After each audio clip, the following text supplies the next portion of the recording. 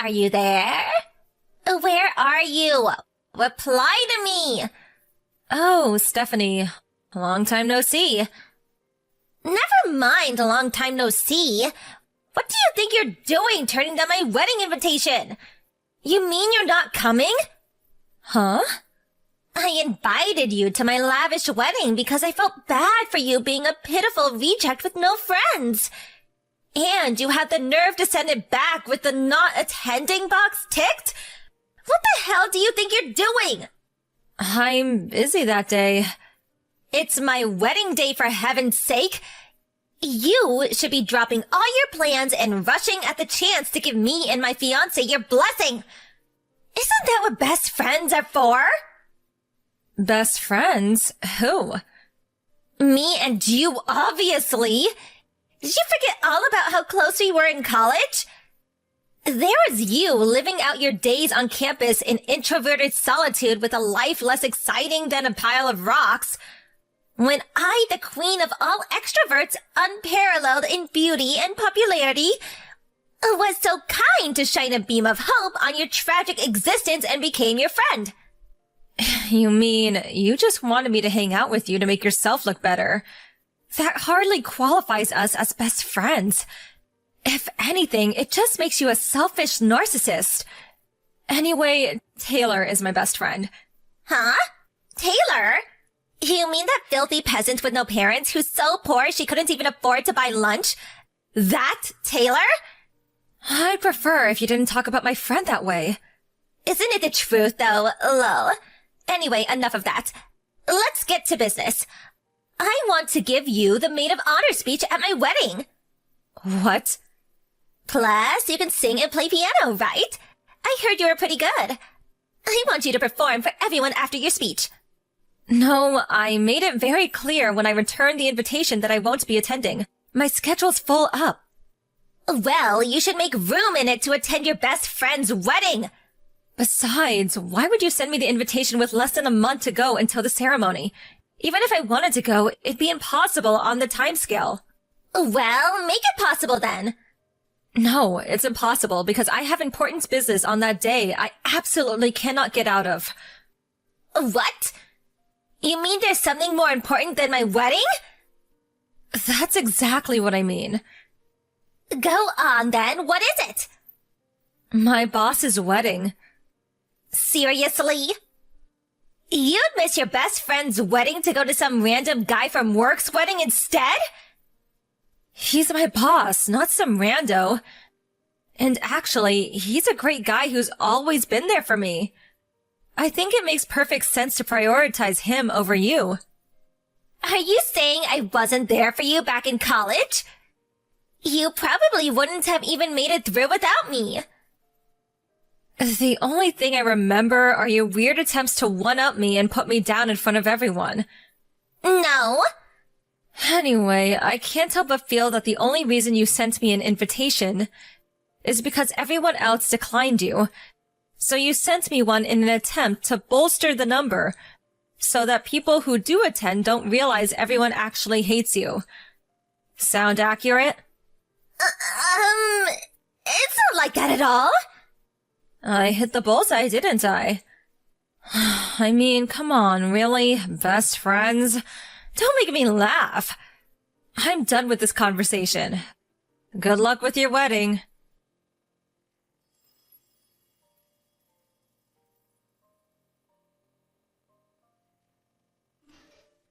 I'm sorry to contact you out of the blue like this. Am I right in thinking this is Alice's number? Maybe it is, but who's this? It's a pleasure to meet you. My name's Richard Bigglesworth. I'm your best friend Stephanie's fiancé. I apologize again for contacting you so suddenly, but I found your number on Steph's phone. I see. So, what could Stephanie's fiancé possibly want with me? I'll just come straight out with it. Why don't you attend our wedding? Huh? Surely you should be there to give your best friend your blessing on the most important day of her life. She broke down in tears. She invited you because she wanted her closest friend to be there on the happiest day of her life. It's a day that only comes around once, you know. But she said you suddenly returned the invite with not attending checked. I see. Like I told Stephanie, I have an urgent engagement on that day, so I can't come. Yes, and I'm telling you that the way you've gone about this is just wrong. You've been downright inconsiderate and disrespectful, I tell you. Despite the fact you returned the invitation agreeing to give a speech and piano performance a whole 3 months ago. You have the nerve to pull out now all of a sudden, with less than a month left until the wedding day. What? The invitation only came last week. Excuse me? Plus, I don't know if it was because she didn't know my address, but it was sent to my parents' house of all places.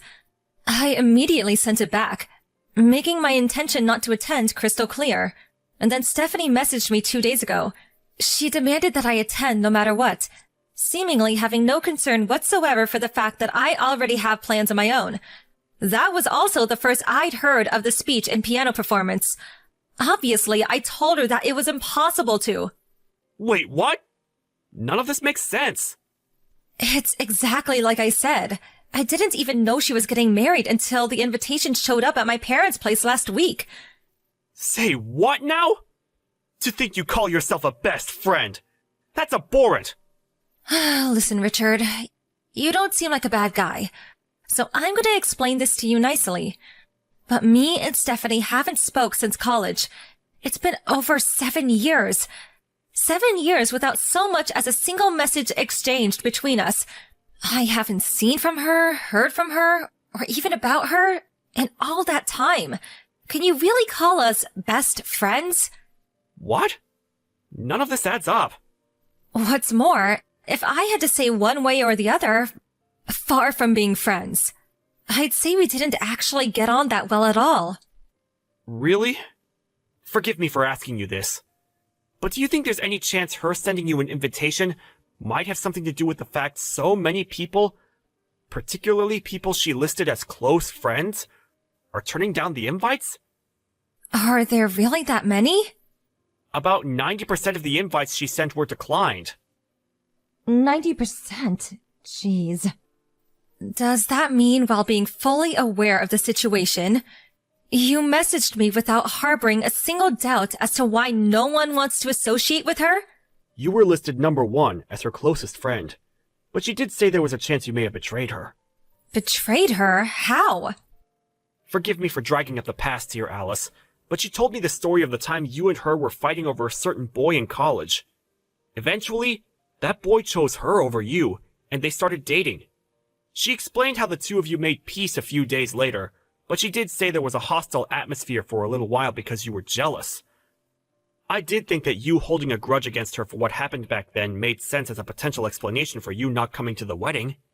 If you want to hear my side of the story, it sounds like she's playing fast and loose with the facts of what actually happened to suit her ends and manipulate you. I see. What exactly was Steph like during college? I'd appreciate it if you went down that rabbit hole yourself. I hope you don't think I'm being rude, but I have no intention of talking at length about my personal affairs with someone I don't know. I see. I understand. Sorry again for the inconvenience, and thank you for your time.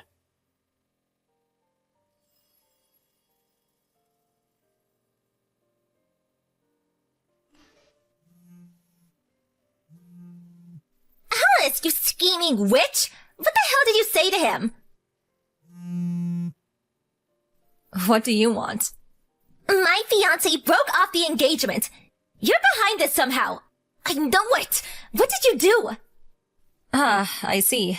Well, I wouldn't exactly go as far as saying I did something. Why did he dump me then? Explain now! Your name was mentioned, Alice. I know you were involved. Don't think you're getting away with this. Listen, Steph. Richard's the one who contacted me. What? Why? He messaged me out of the blue and started giving me a hard time about not being able to attend the wedding. All I did was explain my reasons why.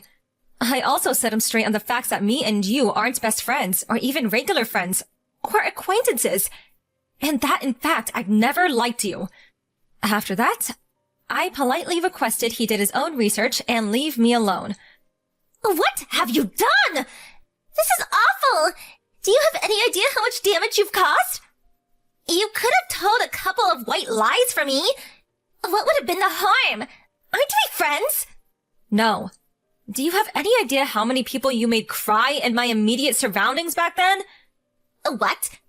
As far as I know, and I suspect there are probably more, firstly, there's my best friend Taylor, my little sister, 2 of my classmates from college, plus 1 freshman and 1 senior, and finally me. That makes a grand total of 7. Every single one of us had our boyfriends stolen by you. When you were on a particularly rotten streak, you had 2 or 3 guys on the go simultaneously. Not only that, you strutted around campus with your head held high, boasting of your accomplishments to anyone who'd listen, and relentlessly mocking your victims. What was your favorite line again? Oh yeah. This is just how life is when you're as beautiful as me. The fact that you've just had your engagement broken off 7 years later suggests to me that you probably haven't changed your ways since becoming an adult and entering society. It's not my fault guys want me. If anything, it's their fault for not leaving me alone. Were you born completely devoid of reason? What? I remember how you used to strut around flirting with other guys even when you knew they have girlfriends. Or how you'd welcome the advances of other guys even when you already had a boyfriend or boyfriends. The worst part was, you actually seemed to take pleasure in wrecking other couples' relationships. You seem to be lacking the bare minimum of reason required to exist in human society, Stephanie. Don't be so mean. I'm gonna go out on a limb and guess that you totally deserve to get dumped by your fiancé and have the engagement broken off on this occasion. At the very least, you should use this as an opportunity to reflect on your life up until now and ask yourself why it might be that people consistently seem to want nothing to do with you. Goodbye.